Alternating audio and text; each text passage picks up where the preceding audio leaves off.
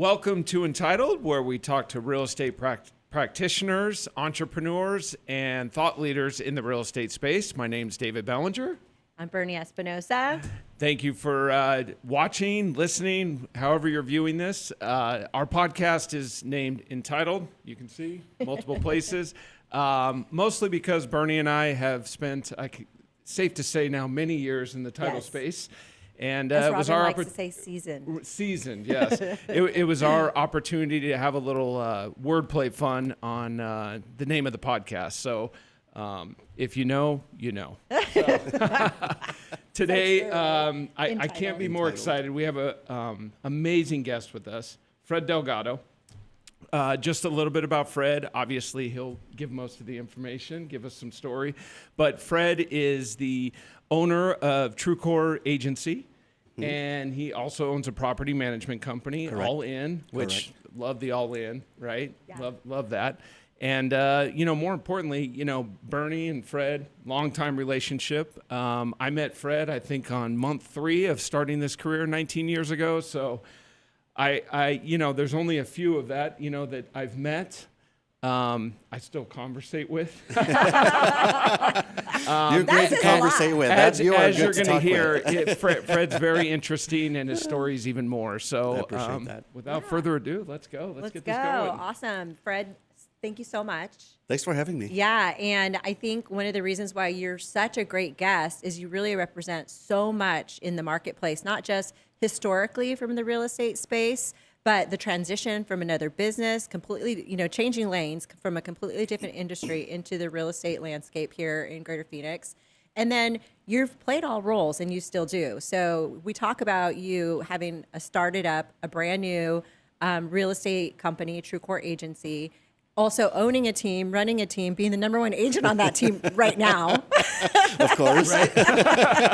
And really, we're excited about the backstory as well as where you're going right now. And I think you have a lot to share with the real estate practitioners today, whether they're brokerage owners, trying to start a company, they're solopreneurs. I think so much of your wisdom and your current experience and your past experience really are applicable to what's happening in our market. So thank you. Thank you, Bernie. Yeah. And thank you, David. Yeah, Absolutely. Thank you. So share with us a little bit. I love your background on the engineering front lines and the M&A. Don't be afraid.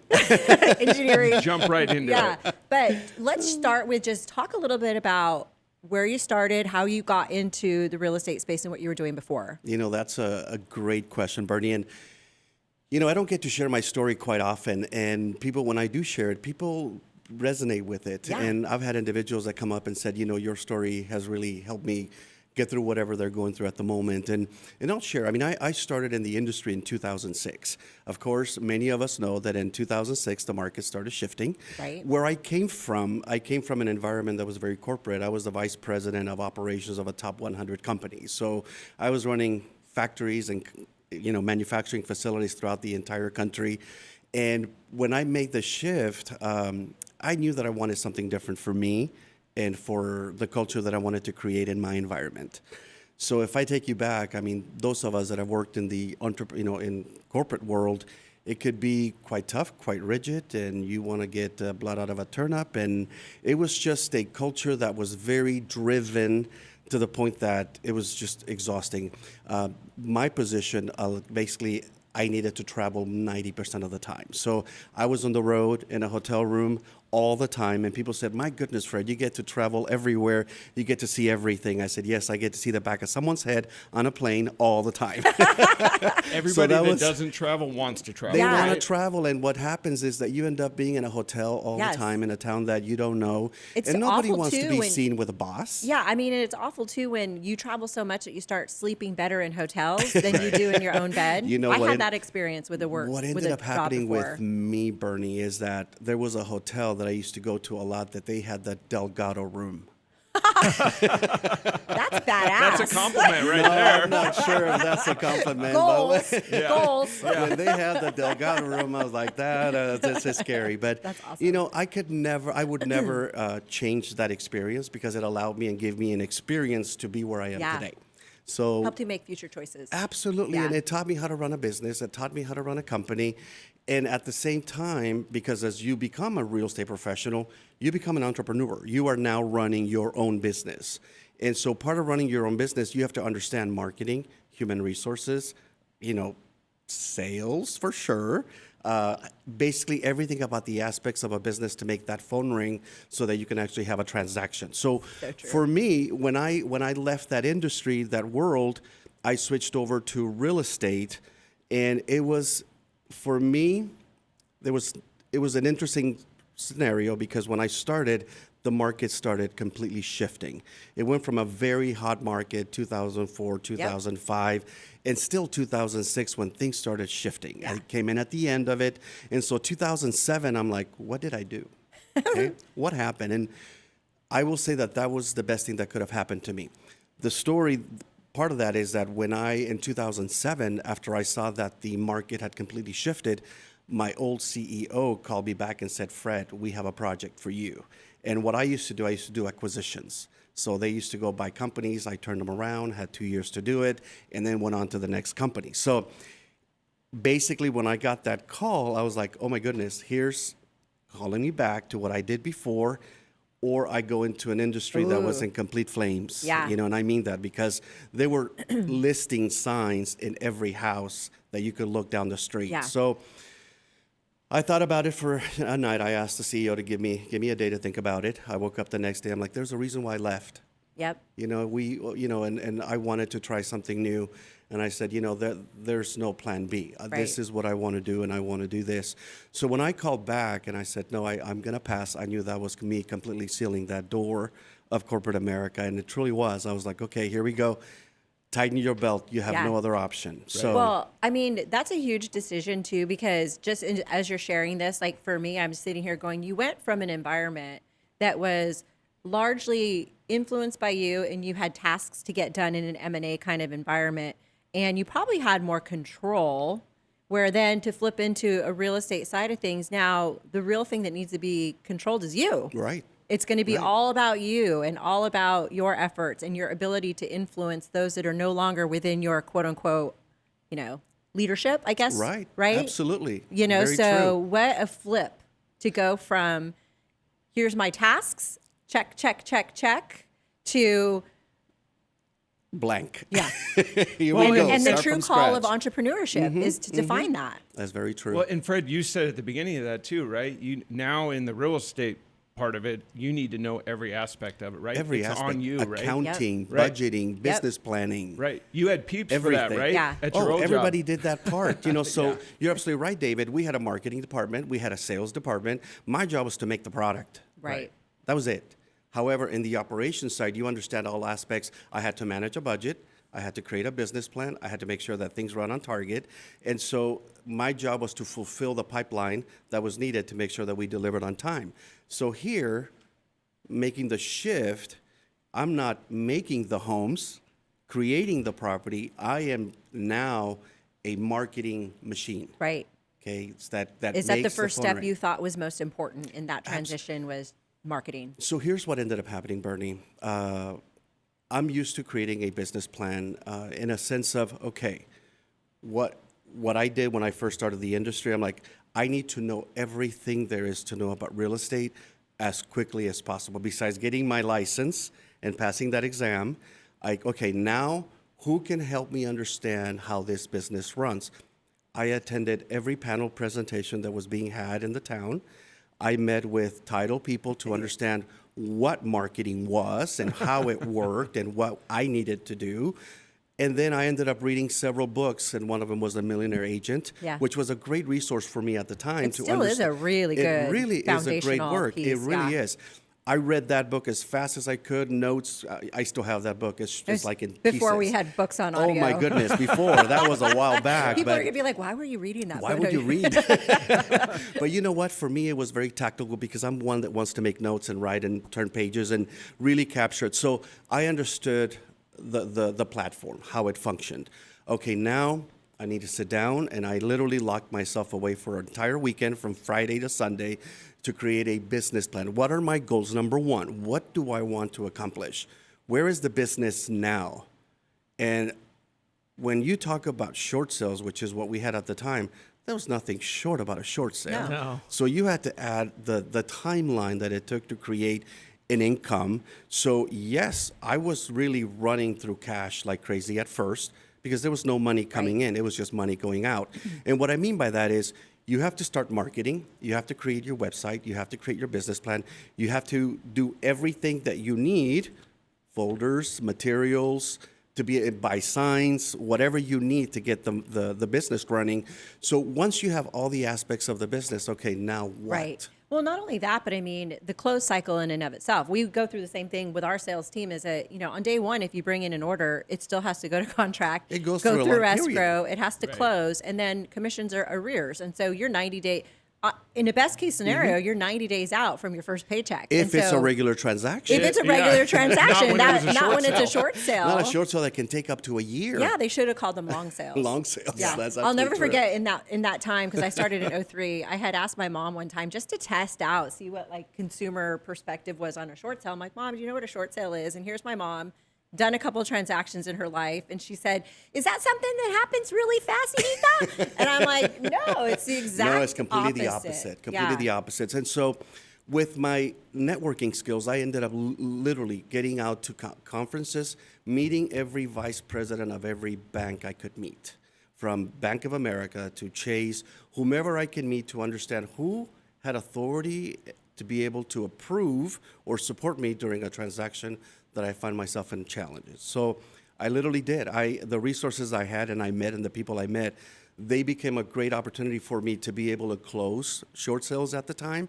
If a deal was about to be foreclosed, a house was about to be foreclosed, and we had a transaction in process that needed to close, I could pick up that phone and I had this vice president's phone number, and he would stop the foreclosure, make the deal happen. And so as an entrepreneur, as an agent, it's not just sitting behind a desk or making phone calls. You have to meet people especially people that can support you in your goals. Yep, If you I'm have to gonna get be belly to belly. Yeah, with seriously. business. And this is a people business. Yep.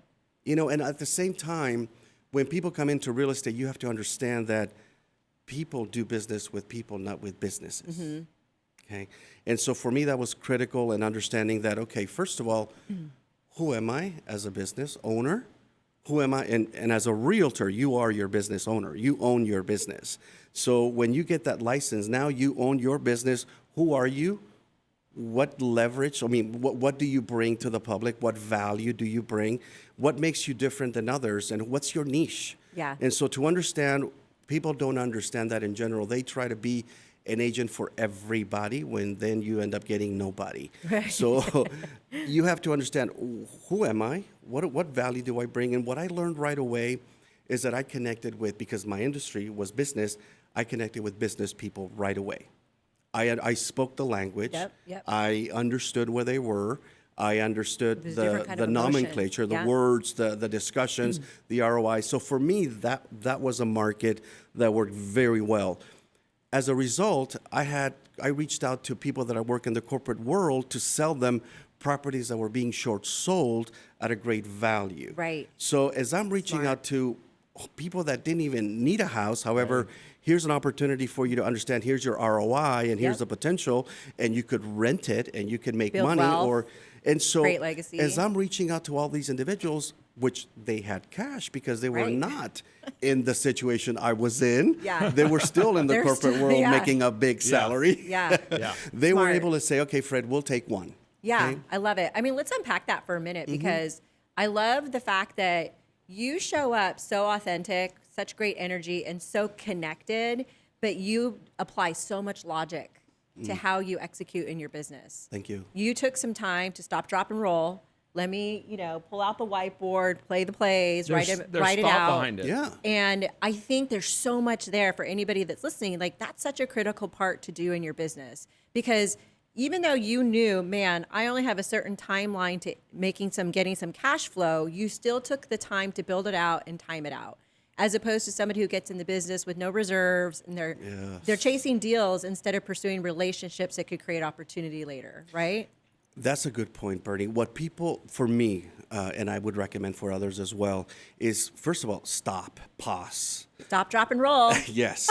So if you just run and keep going, you never get even a chance to understand, listen, and understand what people want and even who you are. And I'll explain. I mean, one of the listings I received, I remember very clearly. I received a call from a potential client, invited me into the house. I sat down and asked, okay, tell me, what are you looking for? He invited me in. We sat down. I'm just taking notes. And he just talked for an hour.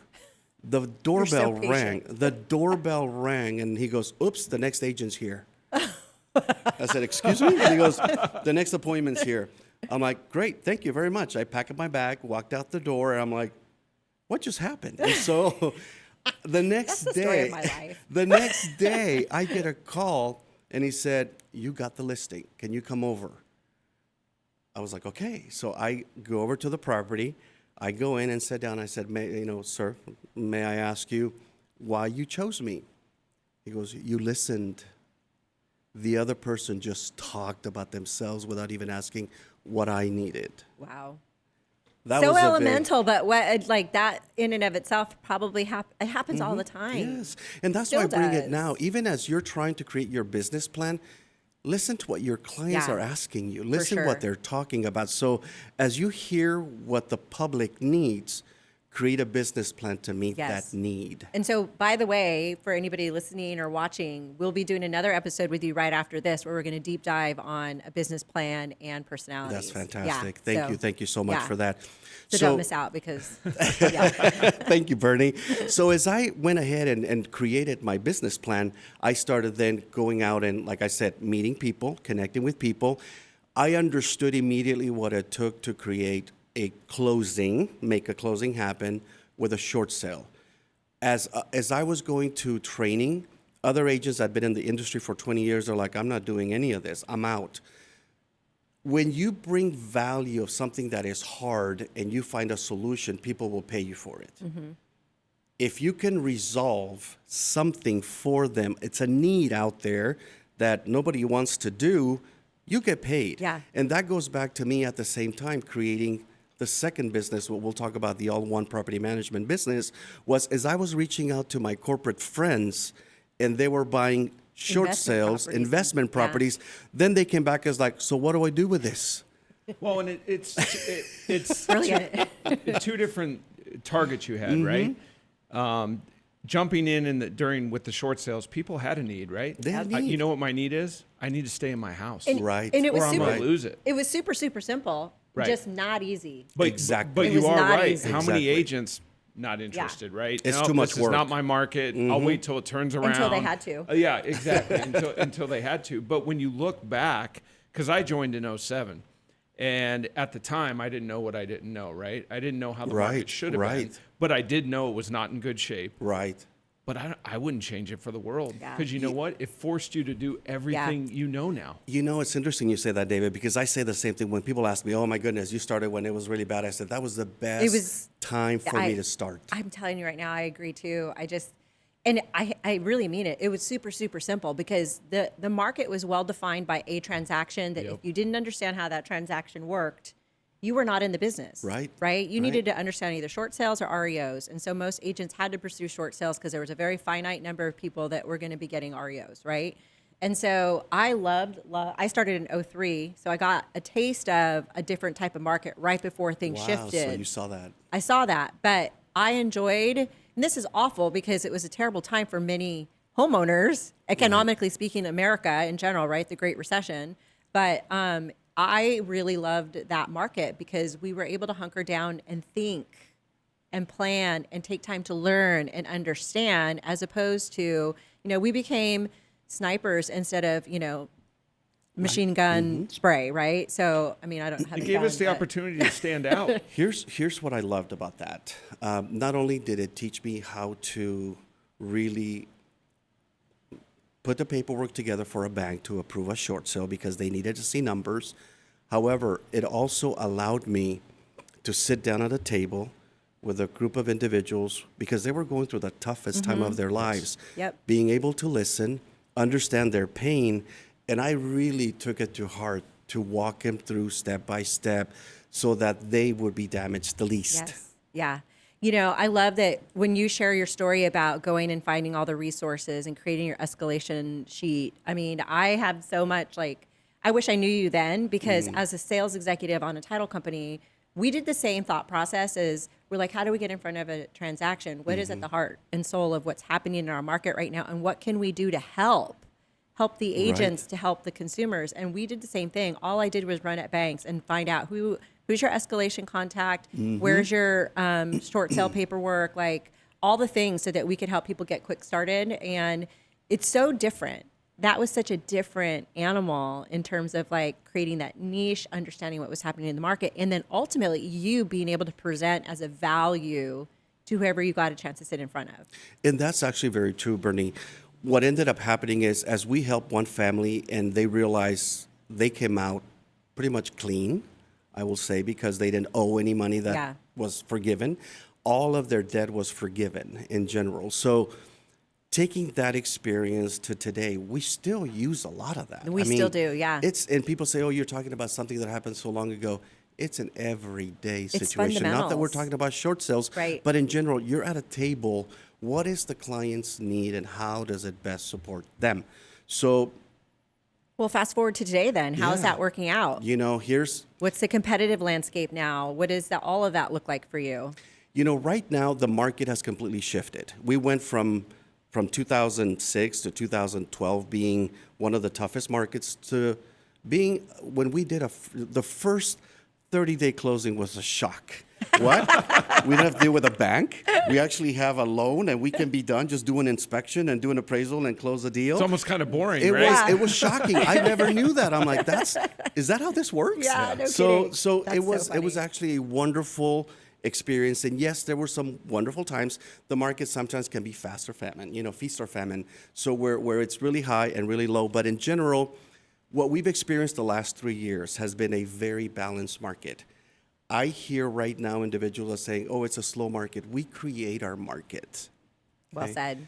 We truly do that. So right now, we've been extremely busy in our end, I'm not talking with ego, because we've been very purposeful in meeting the client's needs. So right now, rates have been, I keep hearing, oh, rates are high.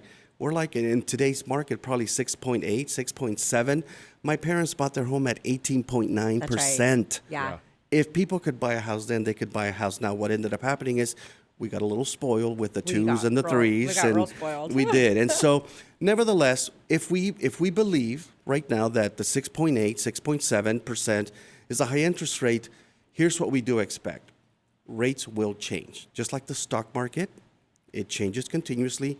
Rates will change. And what I'm advising my clients today, which is really putting some urgency out there, is before everyone else jumps on board to buy when rates drop, you want to be ahead of the curve.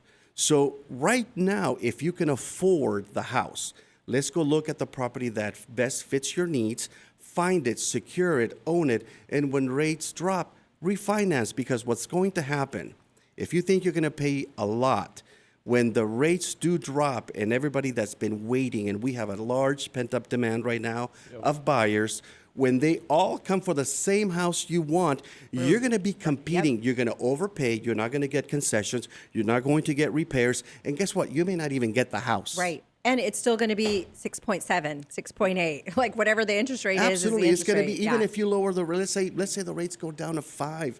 At that point, you're going to pay so much more for the home that the it home. will make no Yep. difference. It won't make no difference. It Yeah. will make no difference. So I think right now, as I have those How do conversations, people receive that? Actually, I'm having some really good reception. People understanding, you know what? You're right. Yeah. And the issue is, if you can afford it, buy it. If you Yeah. cannot afford it, don't do it. Yeah, I'd rather go in high, refinance later, and have less competition. And people- as long as you can afford it. As And long the as you can afford affordability, it. whether the interest rate's high or not, you're still looking at that, right? Right. So there's benefits to owning a house. I mean, right now, the values of our homes continue to rise. They haven't slowed down. Nope. People 3 years They're ago not says the market declining. is going to crash. It hasn't. 2 years ago, the market's going to crash. It hasn't. I hear some people on YouTube saying the inventory in Phoenix has doubled. It's going to crash. Double from when? Exactly. So Right. when we talk about when I started in short sales, we had 80,000 homes I for remember. sale. When we went now recently from 5,000 to 10,000 in inventory and we doubled, oh my God, the world is, is Yeah. crashing. It is not. Right. Right now we're what, 25,000? We're not. Yep. Fred, do you remember the gavel map in Armless? Yes. You could pull up the Yes. map and it put a gavel It was on every gavels single everywhere. home. And at Yeah. some point, It was insane. Well- the whole county was a gavel. Yeah. Well, I mean, I think the other funny thing about when people talk about a crash, right? There's obviously people on the news that say stuff like that too. But then when you talk to individual agents, individuals in general have their opinion Right. based on their personal experience as to what they define as a crash.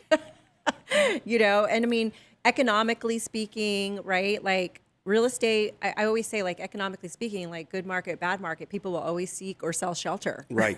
So there's Homes are- always going to be a need to live someplace or move somewhere. Here's what I say, Bernie. A lot or a little, Yeah. you know?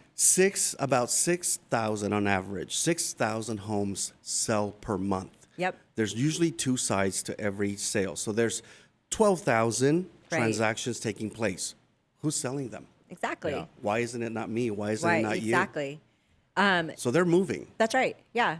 Well, share a little bit about like how you got to where you're at now. So congratulations, because you formed a new brokerage. Thank you. You have always been an extremely very loyal person. You find your spot, you build your team, and you've always had such great roots. You know, you were with Keller Williams for a very long time. That's correct. Yep, 12 years. 12 years, which is the bulk of Yeah. your real estate career. And you've been at one other brokerage, One other North brokerage. and Co. And now here you are with TruCore, and then All One has been with you all along the way. Correct. And from an entrepreneurial perspective, I think it'd be great for any of our community to understand, like, this is true entrepreneurship, right? You found a need, you created the businesses to support it, and you've moved from being the agent to running a team to, you know, owning a brokerage. And so share a little bit about that, because I That's think a that's a wonderful huge point. accomplishment. So I literally started with Remax, and I learned a lot from there, and then moved on to Keller Williams. Keller Williams is a great. They're all wonderful companies. They're Right. all great companies, and it really taught me also. It's funny because when I first started, I read the Millionaire Agent book, Yeah. which was written by Gary Keller. Yeah, millionaire real Keller estate Williams. agent. Yeah, MREA. Millionaire real estate agent. So Yeah. it's so funny. But yeah, so I was there for almost 13. And then once when we talked about initially with the short sales, I was selling properties to investors that were short sales. They came back to me and said, okay, now what do I do with the property I just Yeah, bought? great. I own another house. You know, What I own now? a house Yeah. and I'm in North Carolina or I'm in California. The house is in Arizona. And I realized, oh, there's a need. There's a need for that as well. And there were now hardly any property managers in the industry. So I said, okay, let me help you. I'll manage it for you. We'll put a tenant, we'll qualify them. We'll start that process. So from one unit, it turned into 50 before you knew it. That's just bananas. And then it just kept growing. So as an engineer background and an operations manager, the property management side is a very, I'm going to say complex, but consistent system. So my goal was, how do I put systems in place so that I can still live, have a weekend if I could, or have a holiday. But in general, it's a nonstop industry. So I ended up putting people in place that could really support us with that initially. And I'll say those of individuals that want to get into property management, it takes about managing 50 properties before you break even. Just give you an idea. Wow. Okay. Wow. People Holy think cow. managing one home, I'm going to make money. No, it's going to absorb you. I've always thought property management is a break-even business. I don't know why, It but takes about 50 units for you to break even. Wow. After that, you start building the business. So I know a lot of individual agents that have Wow. 10 houses that they manage or 15 houses. All they do is manage the houses, and they're also real estate professionals. They don't get to sell. So what I've seen is, and we've acquired many of those individuals that have 10 houses, 15 houses, because they've learned that their entire time is absorbed and they're making no money. And so we've helped them out by doing acquisitions, my prior job, acquisitions. Right. So Yeah. we do acquire their business, bring it into our portfolio, and we introduce ourselves to their owners. And guess what? We provide exquisite service when it comes to property management, not only on the system side, but also managing the tenants. The We have some experience. properties that our tenants have been there for 9 years. Wow. 9 years, some of them. So that just shows you that my commitment to our owners is if I have a happy tenant, they'll take care of the home. and at the same time, we have systems in place to take care of the home. So that's one side. I ended up finding there's a niche that nobody wants to do.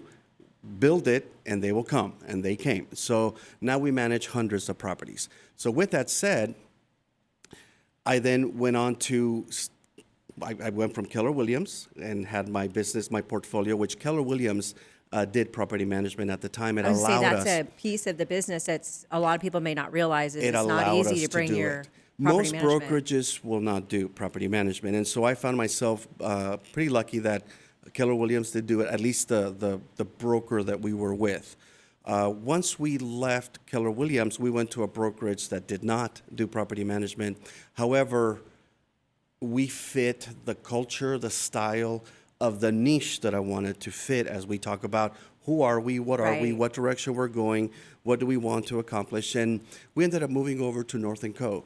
North & Co. at the time did not do property management. However, because of the background, because of the systems, because of the reviews, because of the feedback, they chose to allow us to bring that in. And we ended up bringing property management to the agents that needed support at North & Co. So we found That's awesome. also, we came into the industry in the sales side that we wanted to be. At the same time, we found a lot of agents in there needed the resource to fit the clientele and the niche that they needed, and we kind of fit that. That's So, awesome. So they ended didn't up- have to manage 5 or 10 properties, not right? at all, Yeah. or send a white glove client to Right. to a non-white glove Right. property management company. I'm not sure how to say that. But Yeah, no, I Right. get what you're saying, but it's like the quality and the Correct. experience all matched up. customer service, Yes. Yeah.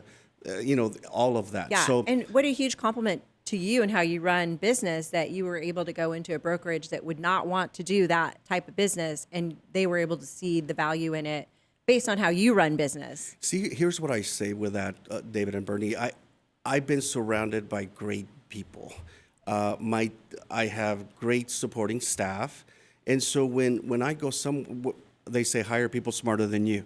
That's my goal all the time. So what I did, I brought engineers to come and work in my company to set systems that were high level and that provided consistency and made the job easy for everybody so that I didn't have to have 20 people and then turnover. No, we don't have that. So when you bring in your customer service, your operations, your marketing, your sales, everybody in that is of high caliber, you provide an exquisite service overall. And so my commitment was, when I left corporate America, build a company that people want to be there and be their best. I will share my assistant, who is my executive assistant. She's phenomenal, Yolanda. She's been with me for almost 16 years. Bananas. Wow. So, Yeah. and everybody in general has been in my company for 6, 7, Yeah. 4. People come in and they don't go. And in general, that's kind of It's really special and unique for and- sure. and I appreciate that. Especially for Definitely us being in the unique. business, as Yeah. long as we see it, like what you have, like in terms of the staying, it's family and business at the same time, and a lot of people don't like working with their family members, but you guys are different. Right. Well, here's what ended up happening. I got to experience what corporate was. It serves its purpose. However, I wanted to create a culture that I wanted to have. And when I came into my business, creating my company, and even if you're building your own team, that's your company. That is your company. And you can see it and feel it when you're around your folks. And so I'm imagining this beautiful package that you had going into North & Co. was very felt, seen, and on paper. I mean, you run a very good business. And honestly, thank you for mentioning that. When you talk about on paper, those individuals out there, and especially us agents, you are running a business. You must have a P&L. P&L, yes. Not just checks in, checks out. You have to have a P&L. You have to Amen. have a balance sheet. You have to create a business, an LLC or PLLC, PLLC. whatever you choose, an S-Corp. Make sure that you understand that you are truly running a business and manage your numbers. Here's the challenge that happens with a lot of us in the industry. We make a commission check, we spend it, and then at the end of the year comes our IRS taxes. Then we owe quite a bit of it. And so as those taxes are due, oh boy, we get a little behind. And then the next year we're making enough to survive. Then the next year comes another taxes. So in general, the statistic is sometimes an agent will go bankrupt in 4 years. That's tough. Wow. It's because they don't treat it like a business. And that's exactly right. Yeah. So when you make a commission check, put money aside to pay your taxes. Yeah. Okay, always. Taxes, nobody escapes them. So you always have to This pay is them. very okay? true. You will not escape. You can run, but you can't hide.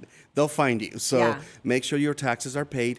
And then from that, make sure you are putting money for your marketing because your phone has to ring. It's so funny you mentioned that because I have talked to more people in the last month that have exactly what you just described with their tax issues, you know. So it's very bananas. common. Yeah. So when you have that peace of mind that you The know your P&L bills are is paid, everything. it's everything. Yeah. And if you're running in the red, I have an event every year at the end of the year called Black Book. That's where Yes. my entire team gets locked up in a room for a whole day, and we plan our entire year for the next year. And people say, Fred, why do you call it Black Book? You know, that sounds kind of bad.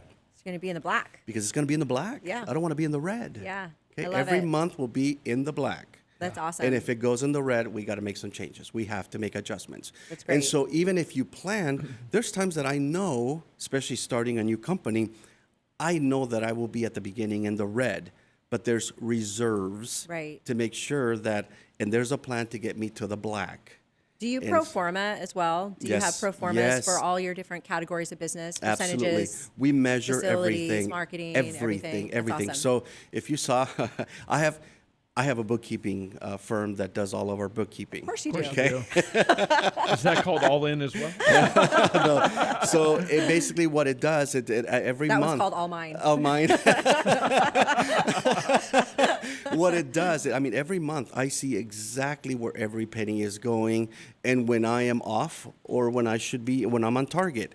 And so if adjustments need to be made, I'll make them. Or Yeah. if I need to double down to make other numbers Yeah. come up, I have to do that. And that's where you as a business owner needs to understand. Just don't just throw money out. Right. If it doesn't work, stop doing it. Totally. Well, I was gonna say you're constantly Stop looking doing at it. results, right? Yeah. Absolutely. And you just if it doesn't deliver, stop. well, and if it doesn't deliver, but then again, on the other aspect of it, if it is delivering, Double Double down. down. Double down. I love that you use the word double down because I am so many conversations with practitioners and I'm like, you know, the people that are doing well right now doubled and tripled down on their business while everybody else was like, it's pulling slow. back. It's pulling back. Right. Instead of pulling back, they're like, let me, because, you know, and this is every year, every January, a whole bunch of houses go on the market, regardless of what's happening It's the in same the industry. cycle. But it's the same thing. It's all the people who fizzled out in fourth quarter and all the people who doubled down on their business, knowing that a whole bunch of people are going to list their houses in January. Absolutely true. Then you add all these economic indicators, and then that creates all these different dynamics. But at the end of the day, when something's going good, double down.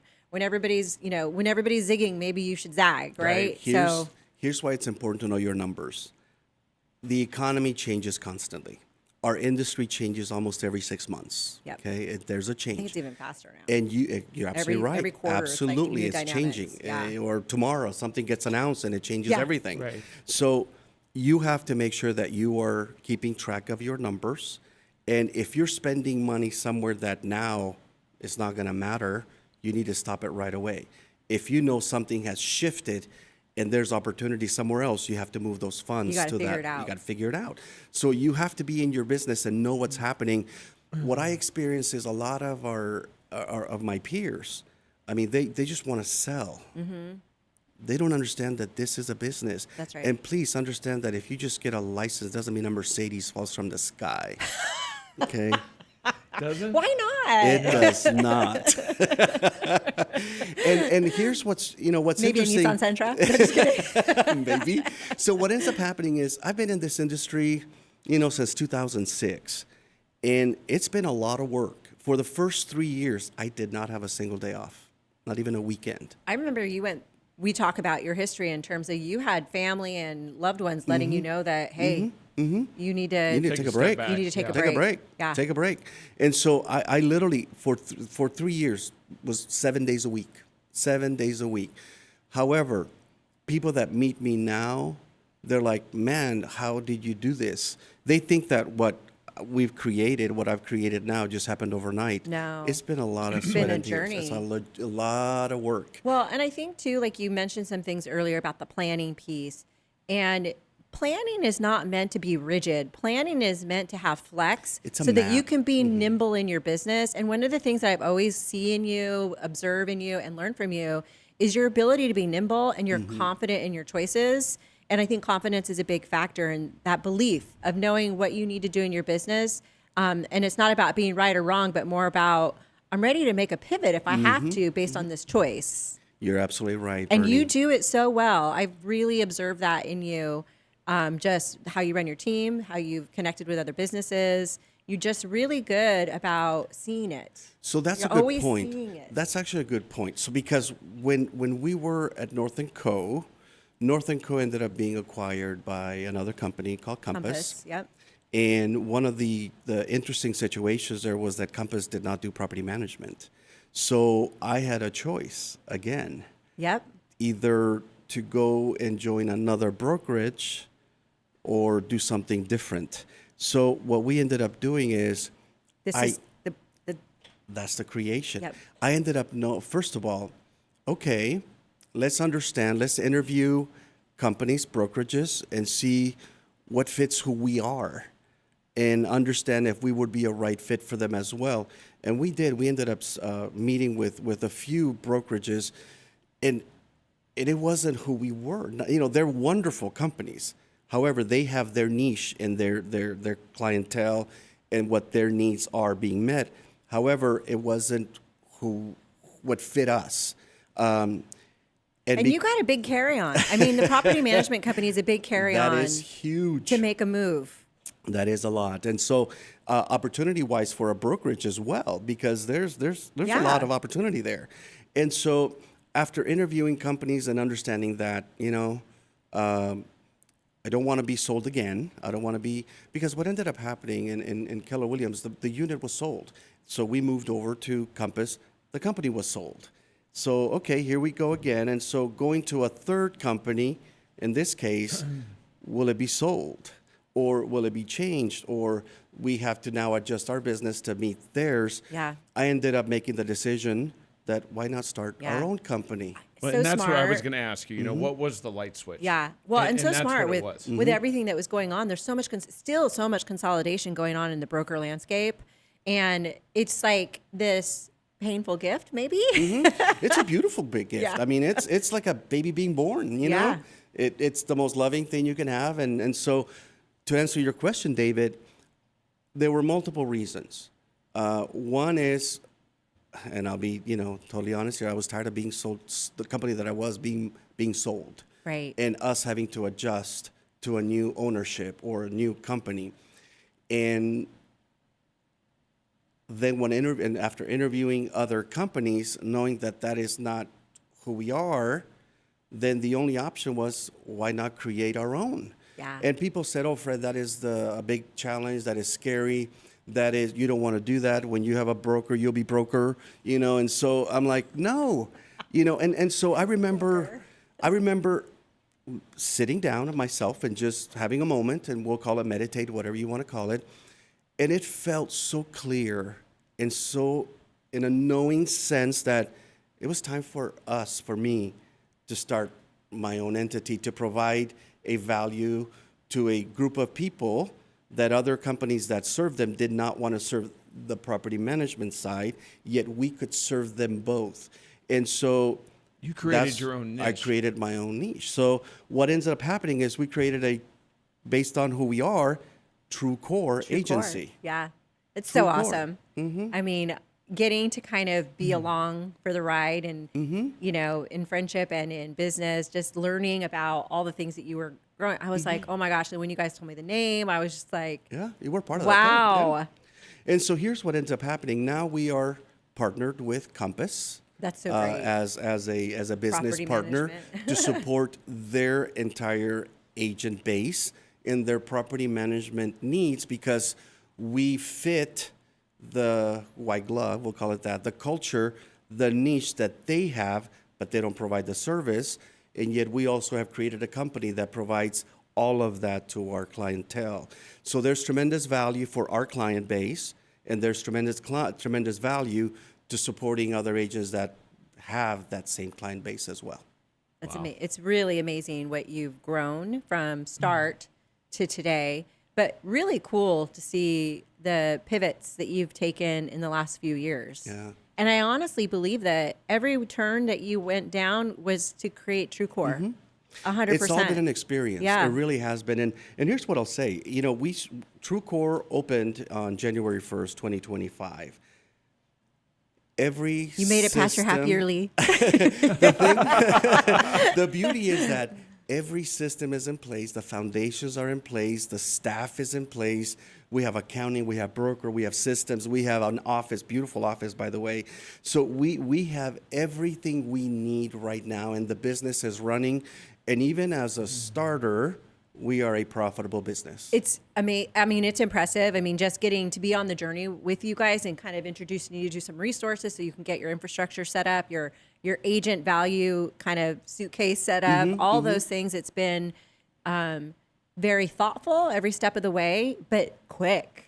It's very efficient. Quick is not always a great connotation, but very efficient. Here's what I've chose to do in this situation. I see a lot of business starters that usually put the carriage in front of the horse. They load it Yeah. up. There's nothing in the background, no foundation, no systems, And no they just culture. go. And they just go, and then next thing you know, I'll there's figure it nothing to out. hold. Exactly right. But nothing to hold it together. And you can run it for so long, but man, that owner is wore Yeah. out. Yep. It's exhausted.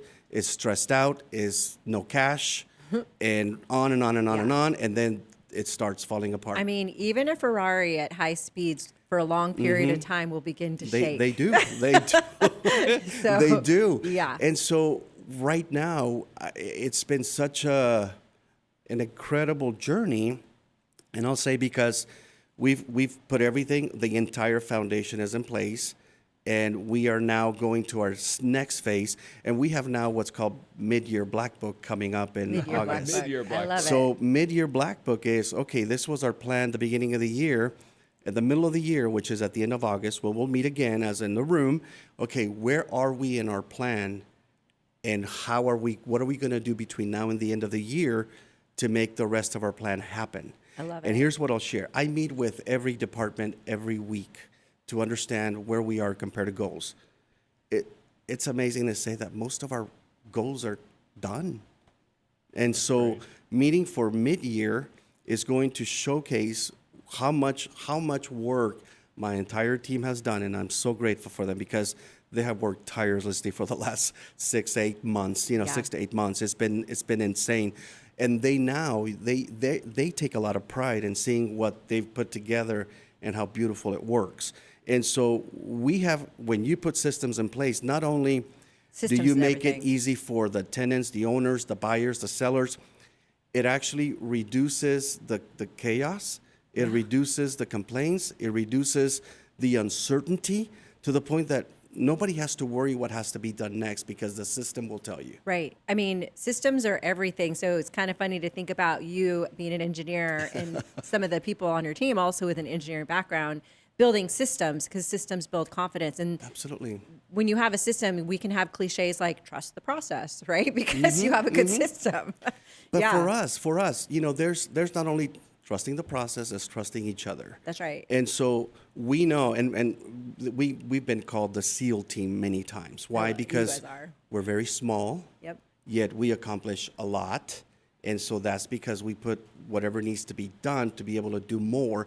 And people tell me, how many properties do you manage? I give a number. It's like, and how many people do you have? This number. Like, how do you make that happen?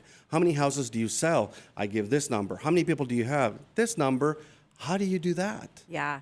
Systems, belief, So, confidence. Right plan. now, Well, absolutely. and for the team to see the results. Yeah. Right. That's And the they big. get So rewarded. they're working But- tirelessly, like you said, for months, but then to see the results. Oh, all right, let's go. But now they their also, life is easy. But Yeah. they also want to be there. They're Yes. very passionate about it. When you're articulating the goals, they're part of it. They get to be able to say, I'm a contributor and I'm a part of this result happening. Not, it's my fault if we do or don't. Absolutely. It's more like you're part of the fabric. You're part of this. As a leader, we're going to talk later about the DISC. As a leader, you have to understand what team member belongs where. if you put the right person at the right role, they're going to love what they do, and they're going to do more than what you ever wanted them to do, because that's their passion. So understanding human behavior, understanding how they function best, and as a leader, putting people in the right positions and let them be, give them guidance, never micromanage, don't be all over them to make sure they're getting it done. I'm one of those managers that I'm like, okay, here's your goal. We'll meet up later. And here's how you're going to do it. Tell me what you need, or I know your skills. You can do this. And even I've been, my team sometimes has said, has been very grateful in a sense that they've been pushed to a level that they knew they could. They never knew they could. Oh, that's awesome. However, I would never put them in a position where they would fail. And Because that's why I they know want they to be can. there. And they succeed, Yeah. I love that. And that's also a good skill that you have. That's an intuition of yours as well. Because it's very hard for people to say, that's a big statement to say, I'll never put you in a position to fail, because it sounds lovely. But at the end of the day, you have to have a strong belief in knowing that you put somebody in the right role. And here's the deal. If they do fail, It's not really failure. Yeah, I've got their back. It's not a failure. growth. And then nobody in my I team feel like I has, fail like 17 times a day. So it's funny because in my team, nobody has ever said I failed. yeah, It's like that's awesome. everybody's learned. First attempt in learning. And you know what? Breakthroughs, I've had moments with my team's members, some of them, where they are giving a task and they're in tears sometimes. And not in a way that they're angry. They're like, you have pushed me to a level that I didn't know I could do. I love that. And they're grateful, and guess what? Now they know that that's their new base. Yeah. So We're going to cool. get you to the next level. Yeah, I now. love it. And so for Yolanda, for Judy, for Justin, for Guille, for all these individuals, to see where they were, and they were at a high level, but to see them and their self-confidence, self-esteem, and how they represent the company. Yeah. It's amazing. TruCore. They're It's a TruCore. And it's the team creating that core too. I It's love that. them. And so, But with your belief in them as well. oh, absolutely, Yeah. absolutely, David. For me, honestly, we last year we had a book that the whole group read, Mindset. One of the best books that I recommend to people. And the way we structured it was, everybody reads one chapter a week. We all read one chapter, and they're small chapters, but there were many chapters. So we met every week during our team meetings, and we put the names in a hat, everybody's name in the team. We pulled the name out, and whosever name it was would tell us what the chapter was about. That drove everyone to read the chapter because you didn't know if your name was going to be the That's one awesome. called. I love that. And guess what? At the end of that meeting, your name went back in. So the next week, if your name came back out again, Yeah, it still it's might be you. Yeah. And so honestly, everybody read it. Everybody was involved. Everybody told us what the chapter was about. And by the time we were done, people was like, why didn't I read this book years before? And so that was a learning experience as a group. And now we have another book that we're going to be reading, and it's about customer service as well. Beyond customer service, I think Hospitality. you mentioned the word hospitality. Just like everything else, most companies now provide great customer service. Yes. Okay. Now, what's not a going to compliment It's not anymore. a compliment anymore. No. So, what is going to differentiate TruCore Agency to other companies? Hospitality. I love it. I'm excited about our next piece because there's so many nuggets that you dropped yeah. for us to dig into on the mindset, the coaching, the disc, the personalities. But I want to make sure that as we wrap up this, what you just wrapped up on TruCore, like what's the essence of TruCore? I feel like you've really shared that with us. What's something that we can do for you? What would be like, would help you in terms of your brokerage? You mean as far as a title company, as far as an audience? Just as the far as- audience, anything. Like, what are you currently working on? What's the most important to you for TruCore? What can we do for you? Well, any business, you're looking for growth, Right. Opportunity. And so for us, being a new company that is truly focused on customer based and you said it, Hospitality. hospitality again. We are here to serve. We are here to provide not only a sales side business, but also a property management business that supports. And they actually provide an equal level of white glove support. So if there's agents out there that are looking for a company to join that values that understands that, because TruCore, my goal with TruCore for all of the agents that are joining our company is I want you to be your true self. Not only that, we're going to coach you on finding who that is so that you find your niche. What a lot of agents are doing right now is they're just doing, stop. Let's understand who you are and what your true core self is and what you can give, and let's explore that and provide that to, there's people out there that need that and want that. Oh, yeah. We will help you discover that and get it. I love that. The branding is TruCore Agency, but most companies, not just real estate companies, the name of their company and their brand is about them. This is a turnaround. This is a different experience for an agent to be like, you're going to help me. Your name of the company is TruCore because you're going to help me find my TruCore. TruCore. And you know what? Once you discover that and it clicks, Yeah. there's a knowing to that, and you Yeah. gravitate. And we always, our mind drives, our thoughts, Yeah. and our thoughts drive our vibration. And so what vibration you're putting out there attracts that. Yeah. So once you know who you are and you're setting that out, you're a magnet. Well, and you you'll bring are it. a great example of that, because one of the things I always kind of tease you about is you attract whatever you. I mean, he giggles like this You get because what every you time I attract. talk to him, exactly what he said was going to happen is happening. Like it's amazing. It's beautiful. It's really Thank beautiful. you for that. Yeah. And I'm a true believer in having a clear vision. And, I do vision boards. I love it. I'm very clear as to what my goals are and Yeah. my life. And what you want. And what I want. And it's interesting because if you're clear on what you want, you're going to be thrown curves of what you don't want.